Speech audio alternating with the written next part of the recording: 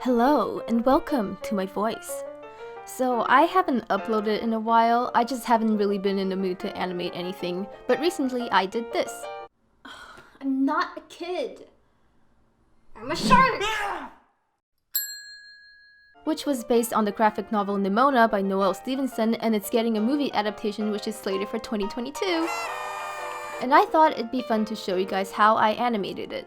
This is by no means a tutorial because that implies you would learn something from this video, and I don't think I recorded enough for any of this to be educational.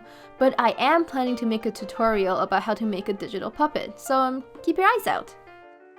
Just to get some basics out of the way, I animated this in Toon Boom Harmony Premium. It took me somewhere between 10 to 12 hours, which included animation, coloring, compositing, and sound effects. I used two methods in animation, frame by frame and puppet. For Nimona, I used the more traditional frame-by-frame method. I started off with a rough posing pass.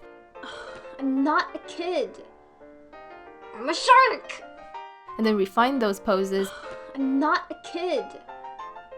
I'm a shark! And then filled in the in-betweens with the assistance of the onion skin tool. I'm a shark! Sometimes those in-betweens are the natural halfway points between its surrounding frames, and other times I get to draw this. And now it's time for coloring, which is both my favorite and my least favorite part. On one hand, I don't have to use any brain power. On the other, well, the clip you're seeing right now was 1.5 hours long. After I stopped recording, I probably colored for another 1.5 hours. It takes so freaking long. Here's a story. When I was in school, sometimes people would be shocked that I was hand coloring every frame. See, to save time and your elbow, you would generally use the fill bucket tool.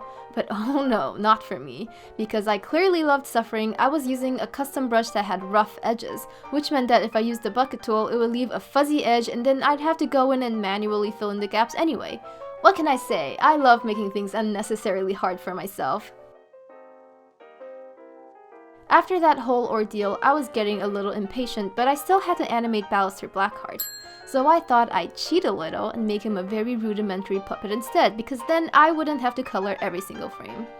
And as such, I started drawing the puppet pieces, which included the torso, the lower body, the neck, the head, and each parts of the arms.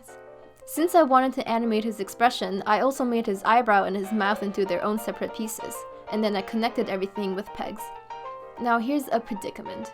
I wanted my animation to emulate my regular art style, which is that I duplicate the line art layer and set it on vivid light to darken it up.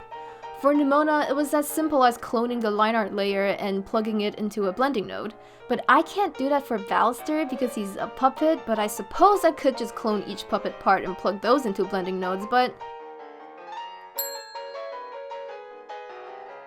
what I did instead was I separated each layer into 3 parts: overlay, line art, and color art. I drew in the line art, colored in the color art, copy and pasted the line art into the overlay, and then plugged that overlay into a blending node. And I did this to every single puppet part. What can I say? I love making things unnecessarily hard for myself. Now please hold as I struggle to spell materials. So blah blah blah, after that arduous process that probably took me an hour, I finally have a very simple puppet. And it doesn't matter what I draw on his lower body because it's out of frame and no one will see it. Except you guys. Okay, now to animate. Like with Nimona, I started with a posing pass.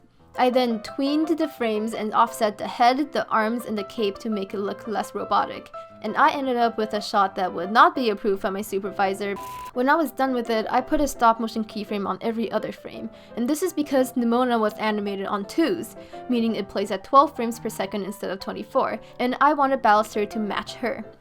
After that, it's just a matter of adding a camera move and tweaking some stuff here and there and adding some sounds in Premiere. For some serious reflection, ever since I learned how to use Harmony puppets at work, I feel like my understanding of animation grew a lot. Now when I draw frame by frame, I feel like I know better which parts would drag behind and where the key poses are. I could think to myself, okay, if this were a puppet, how would I pose and animate it? And it's not just animation. My understanding of Harmony grew exponentially. Before I started working, I wouldn't have touched the node view with a 10-meter pole. It looked so intimidating and I didn't think I needed to use it anyway. I was fine in my good old timeline view. But it turns out the node is filled with useful stuff. I didn't know about the blending node. I didn't know how to use or build puppets. I didn't even know how to use the camera. Okay, you guys have heard me ramble on for long enough now, so I'll leave you with one last little nugget of knowledge.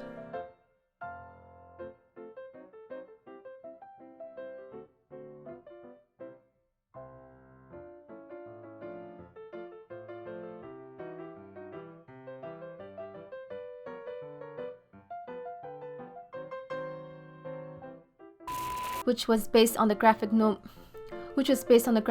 Nimona by Noel C. And it doesn't matter. There's an airplane. Which is based on the graphic novel, the head and each parts of the arms.